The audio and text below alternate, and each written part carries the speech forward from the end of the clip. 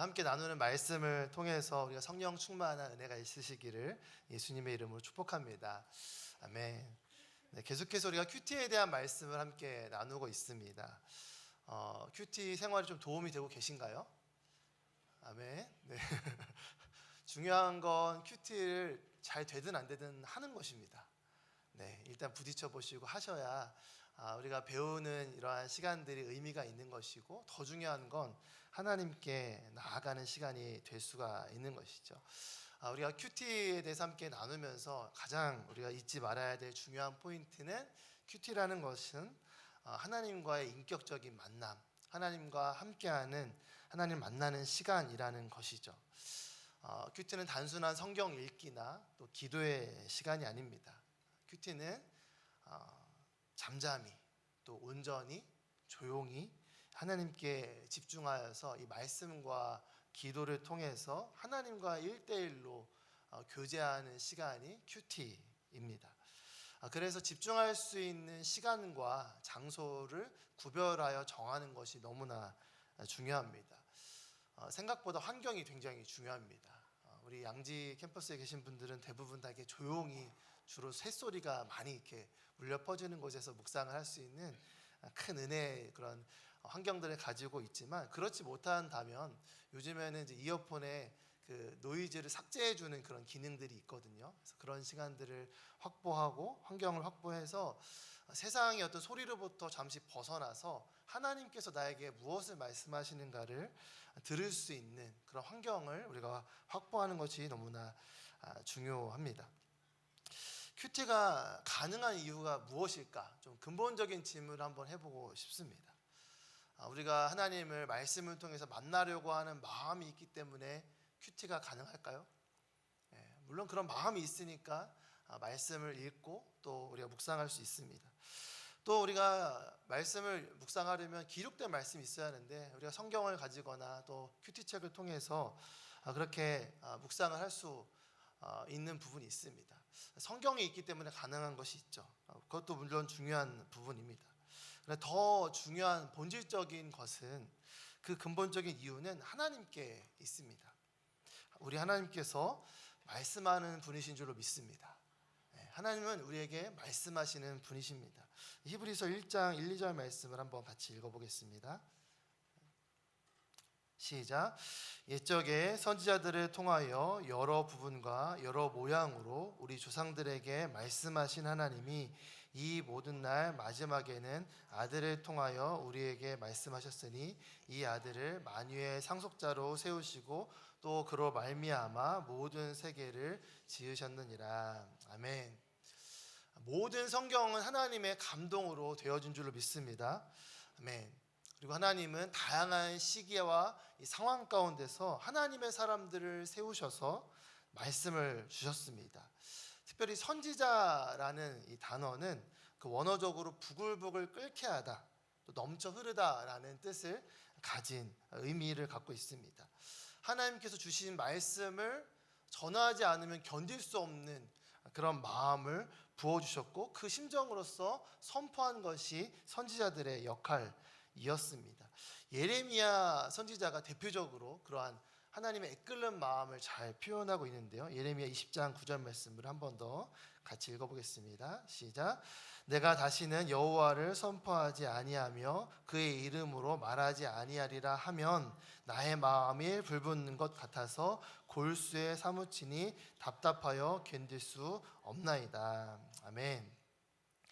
아브라함과 모세, 또 우리가 묵상하고 있는 여호수아 말씀을 보면, 또 이후에 있는 여러 선지자들을 통하여서 하나님은 계속해서 하나님의 사람들을 통하여서 무엇을 전하셨습니까? 하나님의 이 세계를 향한, 이 세상을 향한 애끓는 마음을 말씀을 통하여서 우리에게 주신 것입니다. 그 절정은 말씀이신 예수님께서 육신을 입고 이 땅 가운데 오신 것, 그리고 구약에 있는 수많은 이야기와 그 말씀들의 본래의 의도와 뜻을, 깊이 있는 것들을 밝히 드러내어 주심을 통해서 우리는 예수님을 통해 그 복음의 진리를 깨닫게 되고 알게 되었습니다. 그래서 예수님은 자신을 향해서 이렇게 말씀하셨습니다. 너희가 성경에서 영생을 얻는 줄 생각하고 성경을 연구하지만 이 성경이 곧 내게 대하여 증언하는 것이라 말씀하셨습니다. 우리가 말씀이신 예수님을 만나게 되었을 때 우리는 기록되어진 말씀의 뜻을 분명하게 깨닫게 되어지고, 무엇보다 예수님께서 약속하신 성령님, 그 성령님을 통하여, 조명하시는 성령님을 통하여서 그 본래의 말씀의 깊은 의미를 깨닫고 알게 됩니다. 그리고 그 말씀이신 주님을 만남을 통하여서 그 인격적인 만남 가운데 주님의 비춰진 우리의 모습을 보며 그 거울에 비춰진 나의 모습처럼 내가 누구인지를 발견하게 되고 나의 모습을 확인하게 됩니다. 큐티의 본질은 성경을 단순히 해석하고 어떤 텍스트로서 분석하는 것이 아니라 하나님의 관점에서 말씀을 통해서 내가 누구인지를 깨닫고 나의 존재 전체를 해석하게 되는 영적인 만남의 자리인 것이죠. 그래서 큐티를 이렇게 표현할 수가 있습니다. 큐티는, 한번 같이 읽어볼까요? 시작. 큐티는 내가 성경을 읽는 것이 아니라 주님께서 성경을 통해 나를 읽으시는 시간입니다. 네, 이게 굉장히 중요하거든요. 한 번만 더 읽겠습니다. 시작. 큐티는 내가 성경을 읽는 것이 아니라 주님께서 성경을 통해 나를 읽으시는 시간입니다. 아멘. 하나님께서 이 말씀 속에서 우리의 심령을 비춰주시고, 내가 말씀을 읽고 소유하는 어떤 주체가 되는 것이 아니라 말씀에 비추어진 자로서, 조금 어려운 말로 객체가 되는 것이죠. 그래서 큐티를 제대로 하면 주객전도가 일어나는 겁니다. 내가 주인 되었던 자리에서 내려오고 예수님께서, 말씀이신 예수님께서 주인 되어져서 내가 누구인지를 깨닫고 나의 상황과 나의 모습을 해석하고 바라볼 수 있는 그런 변화가 일어나게 되는 것입니다. 우리가 함께 읽은 로마서 12장 1절부터 8절까지의 말씀은 구원받은 그리스도인들이 어떻게 하나님의 말씀 가운데 나아가야 하는가, 어떻게 그리스도인으로서 살아가야 하는가를 선명하게 말씀해 주고 있습니다. 특별한 해석이 필요 없을 정도로 분명하게 우리에게 말씀해 주고 있습니다. 그것을 통해서 우리가 다시금 깨닫게 되는 것은, 우리가 이 말씀을 통해서 확인하는 우리의 정체성은, 우리는 교회를 다니는 자가 아니라 이 세상으로부터 교회로 부름받은, 그리스도의 몸된 교회로 부름받은 자라는 사실입니다. 그래서 우리 자신이 교회가 되는 것이죠. 우리 옆에 있는 분에게 한번 인사하면 좋겠습니다. 당신이 교회입니다. 우리 형제 자매님이 교회입니다. 아멘. 로마서에서는 이러한 우리를 그리스도의 한 몸이자 또 지체로서 표현을 하고 있습니다. 고린도전서 3장에서는 우리를 또한 성령께서 거하시는 성령의 전, 성전이라고도 표현하고 있습니다. 우리가 믿음으로 구원받아서 교회로, 또 성전으로, 그리스도의 몸이 된 우리가 어떻게 하나님의 뜻을 분별하고 살아가야 할 것인가, 오늘에 주시는 이 말씀을 하루 묵상하고 또 생각하면서 그 뜻을 발견하게 되는 것이죠. 그런데 오늘 이제 저에게 주어진 시간이 어떻게 제가 큐티를 하는지를 좀 이렇게 나누는 시간이라고 들었습니다. 저는 주제가 굉장히 중요한데 그 주제에 맞춰서 좀 본다면 생각보다 우리가 큐티를 엉뚱하게 하는 경우가 많이 있다는 것을 보게 됩니다. 크게 세 가지 정도로 볼 수 있을 것 같습니다. 본문의 말씀 대신에 본문의 특정 단어에 집중을 하거나, 제목이나 또 적용에 너무 집중을 해버리거나, 또 본문의 해설을 집중하는 때가 있습니다. 첫 번째로 본문의 특정 단어를 굉장히 집중하는 경우가 많이 있습니다. 묵상하라고 하면 특히 어렸을 때 막 읽은 다음에 갑자기 뿅 튀어나오는 단어가 있잖아요. 그것만 열심히 묵상하는 거죠. 예를 들면 3절에 보시면, 큐티책 다 가져오셨죠? 네. 3절에 보시면 제가 읽겠습니다. 나는 내게 주신 은혜를 힘입어 여러분 각 사람에게 말합니다. 여러분은 마땅히 생각할 그 이상의 생각을 품지 말고 오직 하나님께서 각 사람에게 나눠주신 믿음의 분량대로 분수에 맞게 생각하십시오. 이 분수에 맞게 꽂히는 거죠. 이 구절이 확 와닿으면 이게 하나님께서 나에게 주신 말씀이구나. 그러면서 갑자기 나를 이제 적용합니다. 내가 지금 순장 또 교사로 섬기고 있는데 난 사실 섬길 만한 형편이 못 되는데 섬길 사람이 없다고 같이 하자고 해서 섬기고 있는데 하나님께 나에게 응답을 주셨다. 분수에 맞게 하라고 하지 나는 지금 그렇게 섬길 만한 분수가 되지 않는데 나의 분에 넘치는 것을 하고 있으니 하나님께 주신 말씀으로 응답으로 받고 분수에 맞게 하라고 하셨으니까 내년에는 내려놓겠습니다. 할렐루야. 이렇게 묵상을 하시는 경우가 있더라고요. 이렇게 하시면 안 됩니다. 하나님의 말씀을 잘 묵상하셔야 됩니다. 내가 보고 싶은 분수에 맞게만 딱 붙잡으시면 안 됩니다. 또 본문의 제목, 오늘 이제 생명의 삶 보시면 삶으로 드리는 영적 예배, 너무 본문의 제목을 집중하여 묵상한 나머지 이 생명의 삶에서 제목을 줄여버렸어요. 사이즈를 옆으로 빼버렸어요. 너무 본문 제목만 읽고 그것만 묵상하시는 분들이 많아서 그랬던 것 같아요. 옆으로 옮겨놨음에도 불구하고 사이즈를 줄였음에도 불구하고 삶으로 드리는 영적 예배만 묵상하는 거죠. 그리고 빠르게 적용점을 찾아냅니다. 삶으로 어떻게 영적인 예배를 드릴 수 있을까? 내가 요즘 너무 영적으로 나태했어. 충만하지 못했구나. 주님, 제가 더 삶으로 드리는 예배를 온전히 영적으로 드리기 위해서 새벽 예배를 나가겠습니다. 빠르게 적용을 하는 거죠. 그리고 내일 새벽 예배를 나가기로 결단하고 알람 맞춰놓고 일어나 보니까 해가 떠 있는 거죠.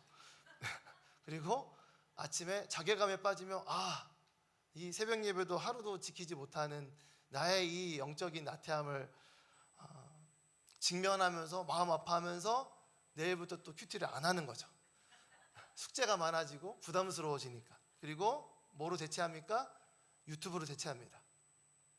다른 목사님이 묵상하던 것들을 들으면서 이것이 나의 묵상이다 라고 생각하는 경우가 있는 것이죠. 또 세 번째는 큐티 본문이 어려울 때 많이 하는 방법이죠.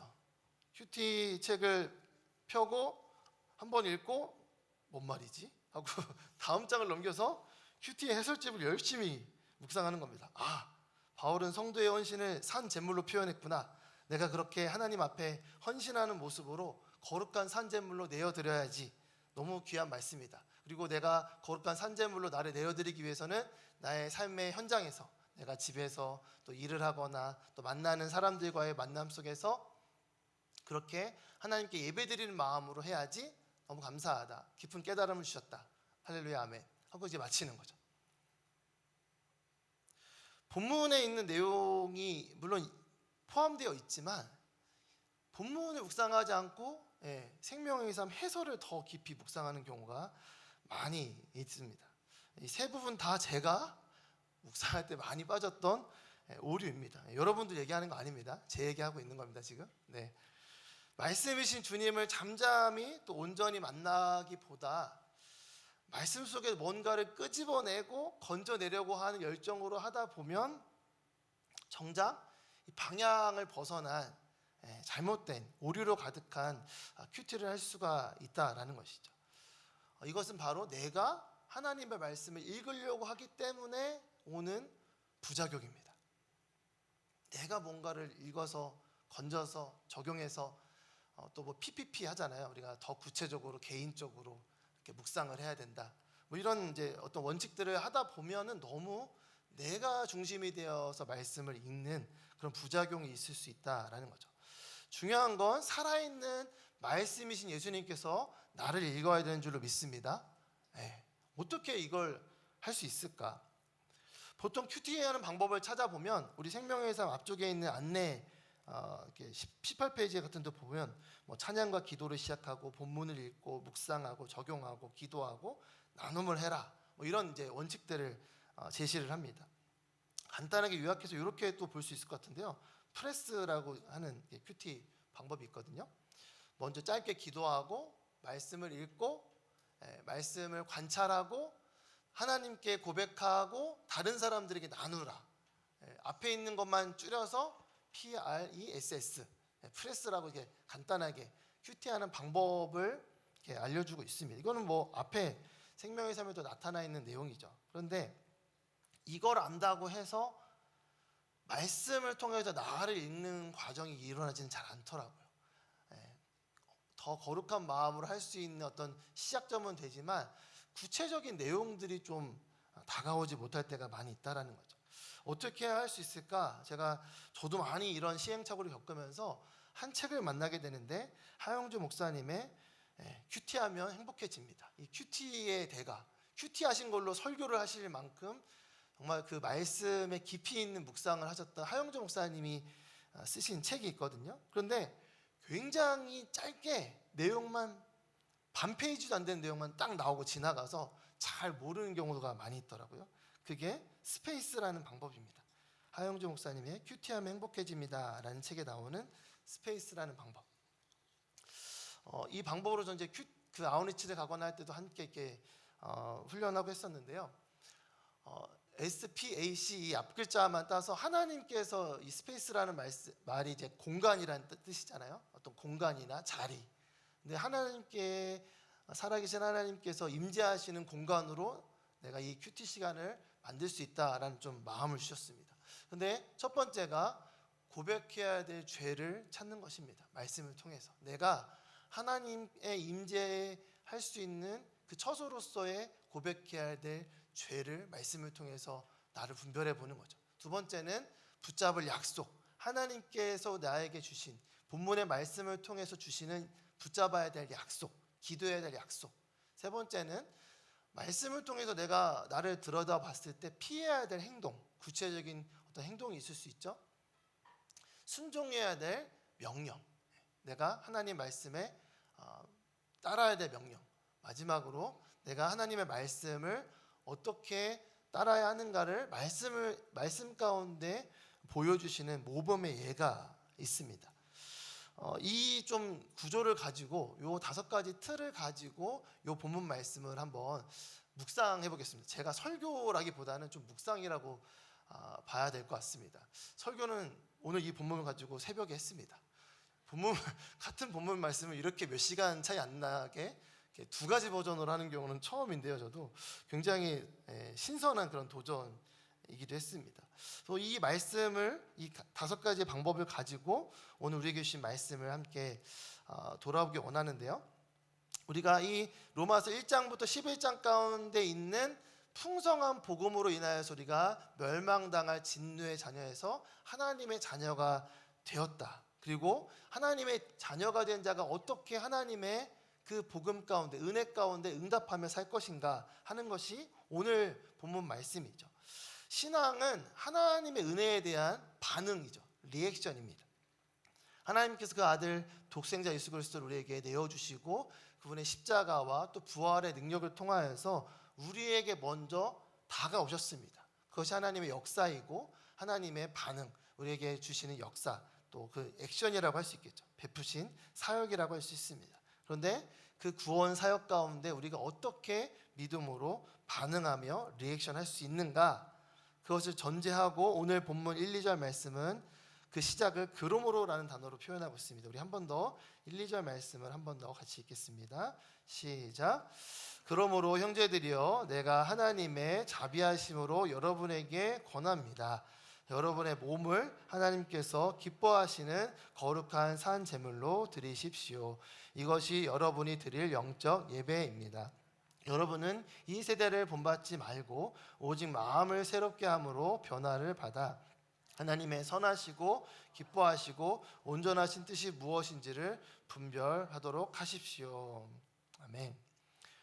이 그러므로라는 이 접속사로 시작이 되어지는 이 말씀은 우리가 어떻게 구체적으로 이 복음에 합당한 삶을 살아가야 하는가, 또 더 나아가서 후반부에 보면 공동체로서 우리가 어떻게 하나님께서 맡겨주신 이 사명을, 역할을 감당해야 하는가, 본질적으로 교회 생활을 잘하는 것이 아니라 조금 다르게 우리가 어떻게 믿는 믿음 안에서 신앙생활을 구체적으로 잘 해나갈 수 있는가를 보여주는 본문의 말씀입니다. 그리고 한마디로 이 본문의 말씀을 요약한다면 거룩한 산 제물로 우리를 내어드리라 라는 것이고, 그것이 바로 영적인 예배다라는 것이죠. 여기서 우리가 좀 생각해 봐야 될 것은 1절에 있는 이 몸이라는 단어가 단순히 우리의 육신만을 의미하는 것이 아니라 우리의 매일의 생각과 말과 행동과 감정, 우리의 전 인격적인 것을 다 포함하는 것이 이 몸이라는 단어인 것이죠. 그리고 그것을 우리가 예수 그리스도의 완전한 이 희생자사를, 십자가의 희생자사를 믿는 믿음 안에서 우리를 온전히 하나님께 내어드리는 것이 진짜 영적인 예배이다. 그것이 참되고 합당한 영적인 예배이다. 우리가 예배 시간에 이 자리에 모여 앉아 있는 것도 귀한 예배의 모습이지만 더 깊은 예배의 본질적인 모습은 우리를 위하여 죽으신 십자가의 그 은혜를 감사함으로 우리 자신을 거룩한 산 제물로 우리 존재 자체를 내어 드리는 것이 영적인 예배라는 것이죠. 그러면서 그것으로 내가 그렇게 살아가고 있는가를 돌아보게 되는 거죠. 첫 번째, 거룩한 산제물로 드려야 한다라는 이 말씀의 메시지에 내 자신을 들여다봤을 때 넘겨주시면 첫 번째, 고백해야 될 죄의 모습을 보게 됩니다.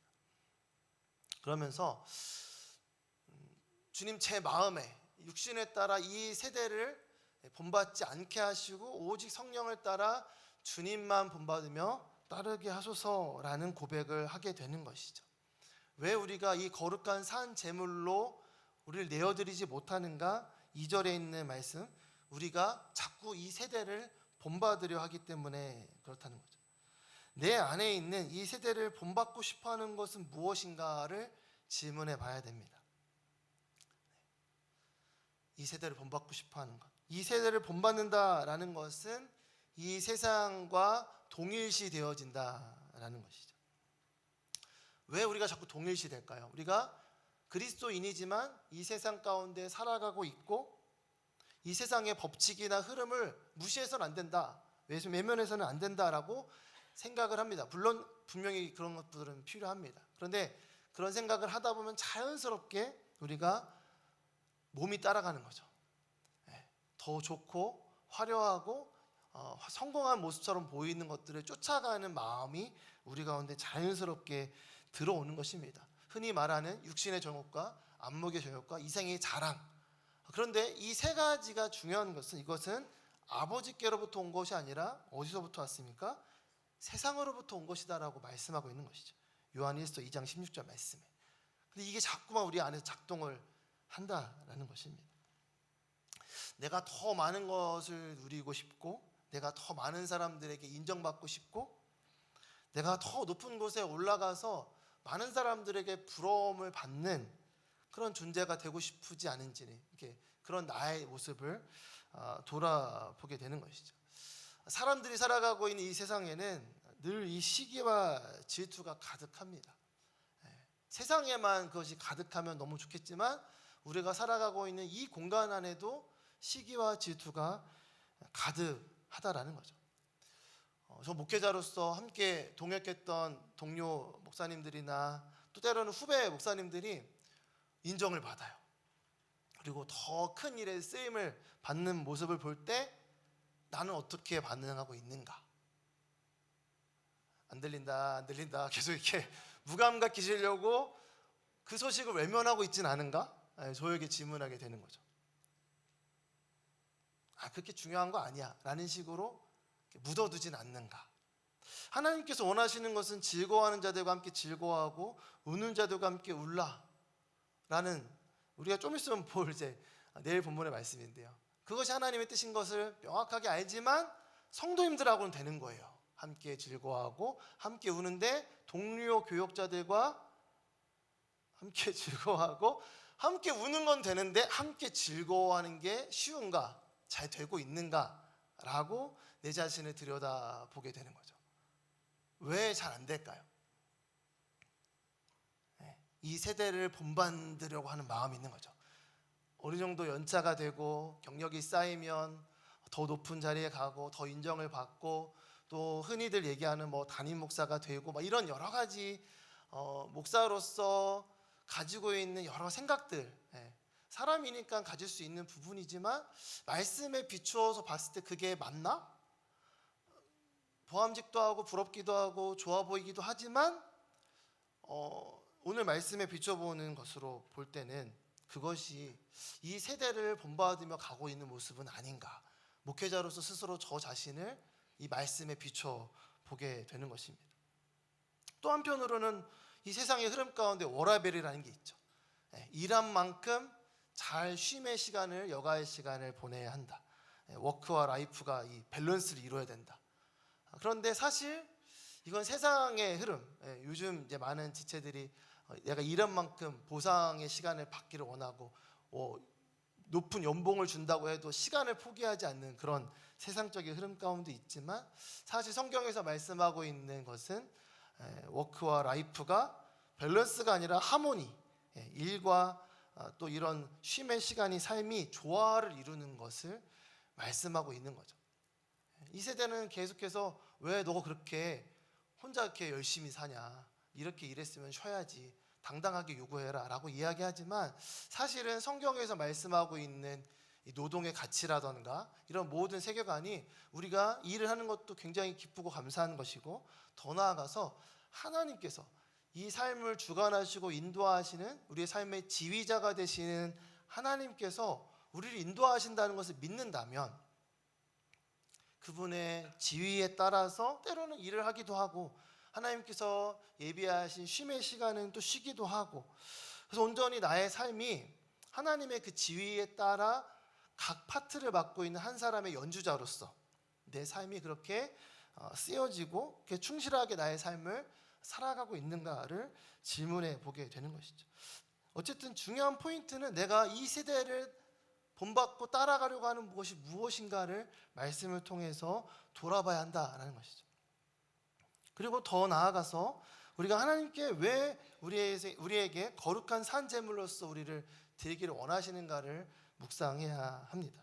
2절 말씀을 보면 이 세대를 본받지 말고 오직 마음을 새롭게 하라라고 되어 있습니다. 영어 성경에 보면은 그렇게 해라, 마음을 새롭게 하라로 끝납니다. 그러면 하나님의 선하시고 기뻐하시고 온전하신 뜻을 분별하게 된다라고 되어져 있습니다. 그것이 우리에게 주시는 약속인 것이죠. 두 번째는 우리가 붙잡을 약속을 본문 말씀에서 찾아본다면, 하나님은 거룩한 산 제물로 나를 내어드리는 것을 기뻐하신다. 이게 너무나 중요하죠. 기뻐하신다. 그리고 내가 혼란스러운 이 세대 가운데 분별할 수 있는 능력을 주심을 믿습니다 라는 것이 우리에게 주시는 붙잡을 약속이 되는 것입니다. 이것을 통해서 우리가 알 수 있는 것은, 내가 거룩한 산 제물로 내어드리는다는 것이 내가 어떤 업적을 쌓거나 하나님의 능력을 받거나 그런 것이 아니라, 내가 하나님께 거룩한 산 제물로 내어드리는 것 자체가 하나님께 기쁨이 된다는 것이죠. 하나님은 우리 각 사람을 기뻐하시는 분인 줄로 믿습니다. 우리가 잘해서 기뻐하고 못하면 안 기뻐하고 이런 분이 아니시라, 하나님은 우리 존재 자체를 기뻐하시고 나의 아들과 딸로서 함께 교제할 수 있음에 기쁨을 느끼시는 분인 줄로 믿습니다. 그렇다면 우리가 이 거룩한 산 제물로서 말 따로 생각 따로가 아니라 우리의 전부를 하나님의 거룩한 산 제물로 드리는 것이 중요하고, 조금 더 적용한다면 내가 말한 대로 내가 살아가고 있는가, 내가 믿는 대로 내가 그렇게 결정하고 살아가고 있는가를 자문해 보게 됩니다. 저를 든다면 내가 정말 이렇게 설교한 대로 살아가고 있는가, 저의 큐티 생활을 좀 돌아보는 시간이 되었습니다. 어떻게 내가 말씀을 묵상하고 나아가고 있는가, 오늘 이 말씀을 함께 준비하면서 하나님께서 나를 이 거룩한 산제물로 내어드리는 것 자체를 기뻐하시는 분임을 다시금 확인하게 되었고, 또 더 나아가서 그렇게 내가 하나님 앞에 온전히 내어드릴 때 내가 계속해서 흔들리고 넘어지고 하는 그런 모든 것들을 분별할 수 있는 능력이, 하나님의 기쁨과 선함과 온전하심의 능력을 분별할 수 있는 능력을 하나님께서 약속해 주셨구나라는 것을 제가 믿음으로 붙잡게 되었습니다.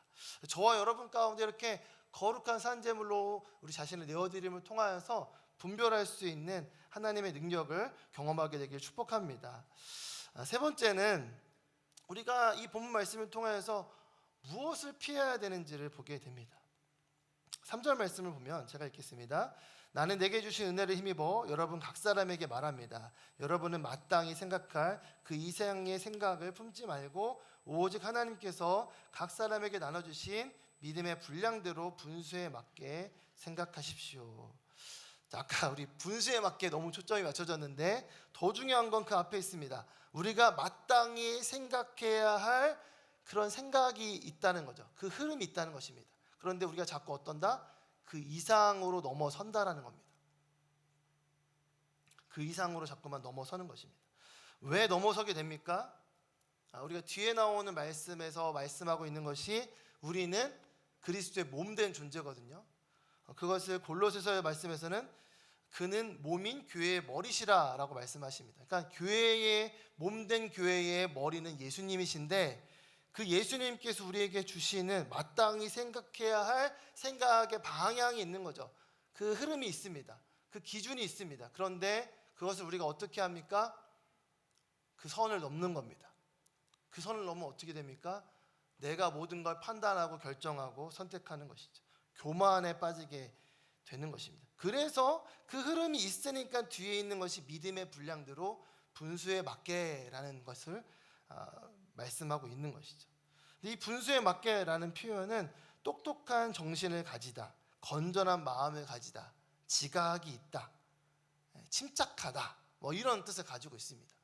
그러니까 우리가 하나님께서 머리 대신 예수님께서 말씀하시는 그 흐름 가운데에 나아가고 있는가, 그리고 그 안에서 내가 생각하고 분별하고 따라가고 있는가를 하나님께서 말씀해 주고 있는 것이죠. 무엇을 피해야 됩니까? 내가 예수님을 넘어서는 판단과 결정을 해서는 안 된다. 그것을 피해야 한다. 그것을 어떻게 우리가 피할 수 있습니까? 나는 머리가 아니다. 예수님이 나의 머리가 되신다. 나는 주님의 손과 발, 한 몸의 지체다라는 내가 누구인지를 예수님 안에서 분명하게 알아야 우리가 이 선을 넘는 예수 그리스도께서 말씀하시는 그 기준들을 우리가 벗어나지 않을 수가 있다라는 거죠.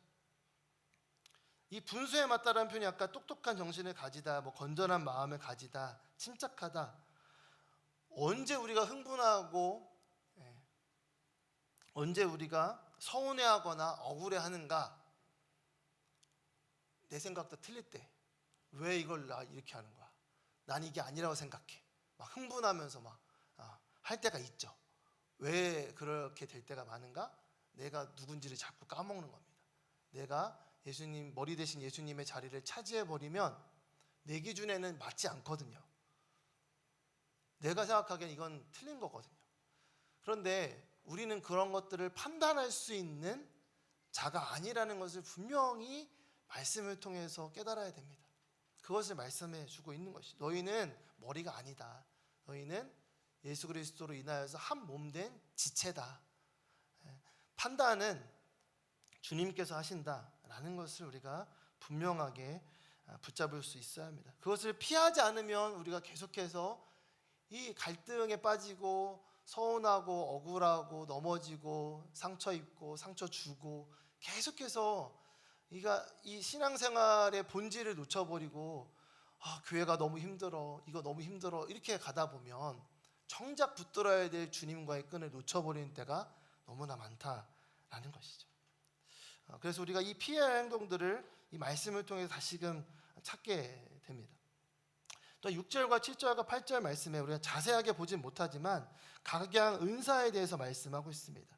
6절, 7절, 8절 제가 잠깐 읽으면 우리는 우리에게 주신 은혜를 따라 서로 다른 은사를 갖고 있습니다. 만일 예언이면 믿음의 분량대로, 섬기는 일이면 섬기는 일로, 가르치는 사람이면 가르치는 일로, 권면하는 사람은 권면하는 일로, 구제하는 사람은 순수한 마음으로, 지도하는 사람은 부지런함으로, 긍휼을 베푸는 사람은 기쁜 마음으로 해야 합니다. 자, 여기서의 포인트는 우리가 순종해야 될 명령을 발견하게 되는데 맨 마지막입니다. 이 모든 것들 하나님께서 주신 각양의 은사들을 어떻게 해야 되는가?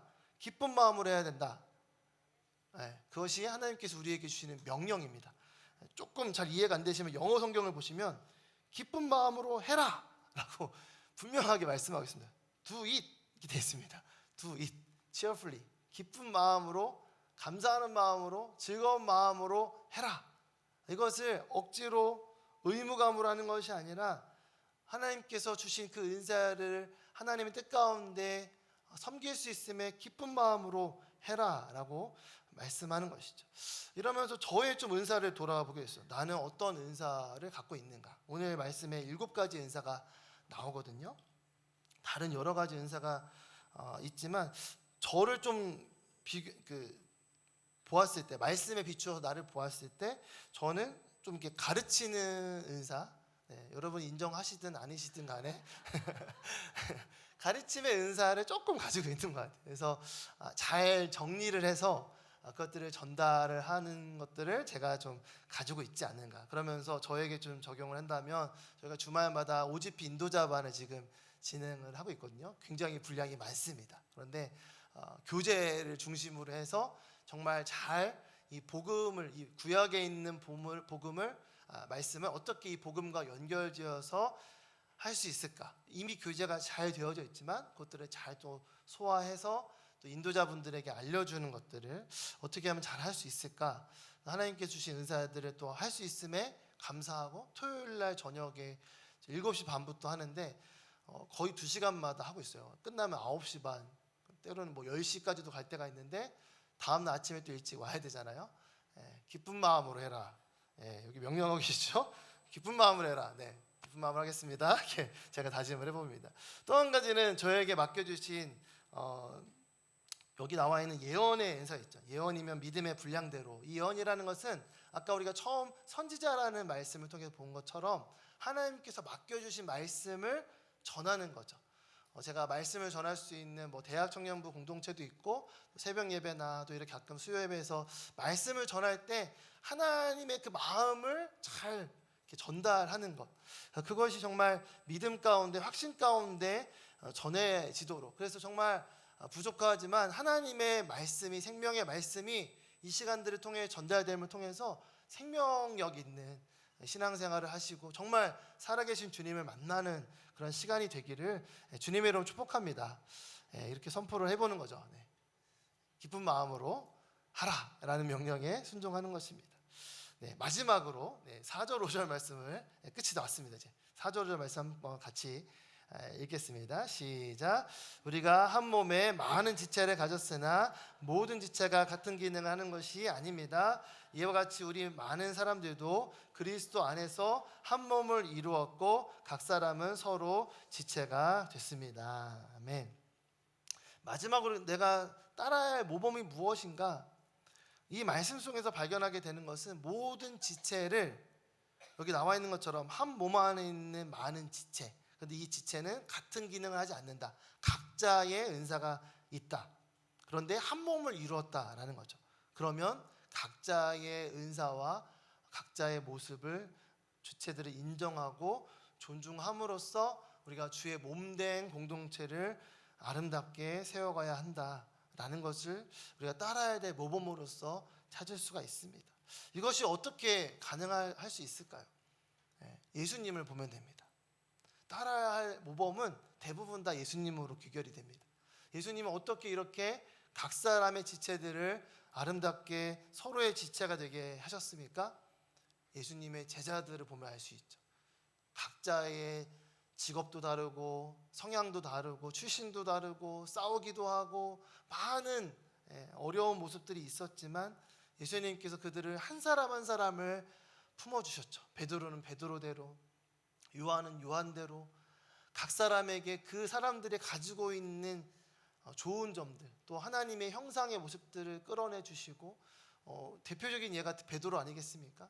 급하고 다혈질이고 막 나서기를 좋아하는 그 베드로를 그렇게 나서기 좋아하다가 또 그렇게 배신하기도 쉽게 해버리는 그 베드로에게 끝까지 찾아가시고 그와 함께함을 통하여서 그가 돌이킬 수 있도록 기회를 주시는, 그가 가진 아름다운 은사가 주의 몸된 교회 공동체 안에서 사도행전에 보면은 정말 그가 담대하게 복음을 선포함을 통해서 그 설교를 들은 자들이 마음에 찔려 우리가 어찌할꼬 라고 고백하며 주님께 나왔던 것처럼 많은 사람들을 주께로 돌이키는 그런 에너지 있는 그 베드로의 성향들을 그대로 인정하시고 존중하심을 통하여서 하나님의 아름다운 지체로 주님께서 사용하신 줄로 믿습니다. 우리 또한 나도 그런 존재이고 우리 주변에 있는 옆에 계신 분들 한 사람 한 사람 가운데 있는 아름다운 하나님의 형상이 있는 줄로 믿습니다. 때로는 이렇게 좀 먼지가 끼어 있기도 하고 잘 드러나지 않을 수도 있습니다. 그런데 우리가 공동체로 존재하는 이유는 우리가 서로를 그런 시선으로 바라보기를 원하시는 거죠.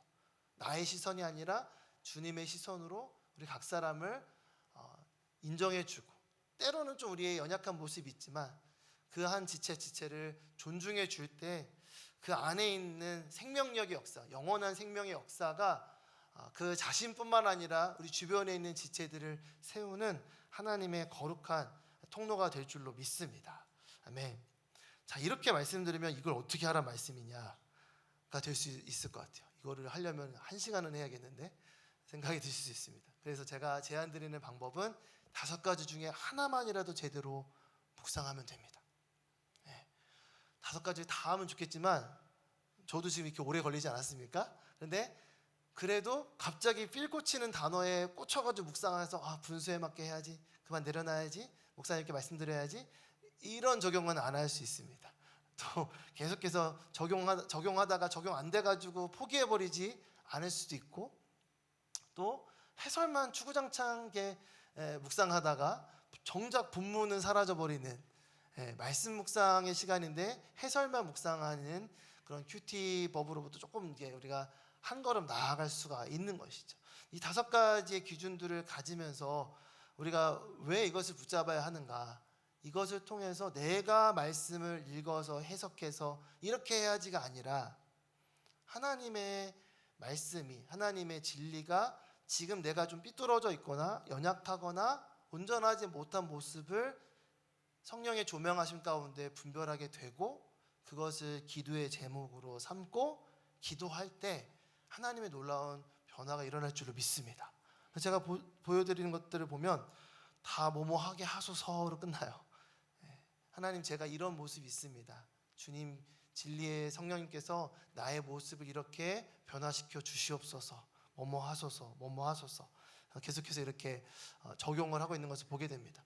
내가 뭘 해서 어떤 하루를 돌아봤을 때 뿌듯하게 성취감을 누리는 것도 있을 수 있겠지만, 내가 이 말씀을 붙잡고 내 마음에 새기며 기도하는 것이고, 또 우리 양정현 목사님 말씀해 주신 것처럼 어떤 상황 요소가 있을 거잖아요. 그때에 그렇구나, 내가 이거에 지금 부딪히고 있구나 라는 것을 분별하게 되고, 하나님, 제가 하나님의 거룩한 산재물로 살게 하여 주시옵소서. 그냥 단순하게 그렇게 기도하며 고백하는 것을 통해서 그 순간의 유혹으로부터, 덫으로부터 벗어날 수 있게 되는 것이죠. 내가 이 세상의 흐름에 딸려가지 않고 주님을 따르는 하나님의 거룩한 백성으로서 살아가는, 그래서 계속해서 이제 큐티 말씀으로 이제 묵상하시게 될 텐데, 먼저 도전하는 것은 일단 하십시오. 듣는 것으로는 되지 않습니다. 그냥 본문을 읽고 하나라도 붙잡는 그런 큐티의 생활이 되기를 바라고, 또 이후에 계속해서 말씀을 들을 때에 그 본문의 말씀을 가지고 이제 목사님들께서 어떻게 적용하고 묵상할 수 있는지를 가이드해 주실 때 이렇게 매주마다 들으시는 시간이 되면 좋겠고, 또 이렇게 적용할 수 있는 그런 시간이 되시기를 예수님의 이름으로 축복합니다.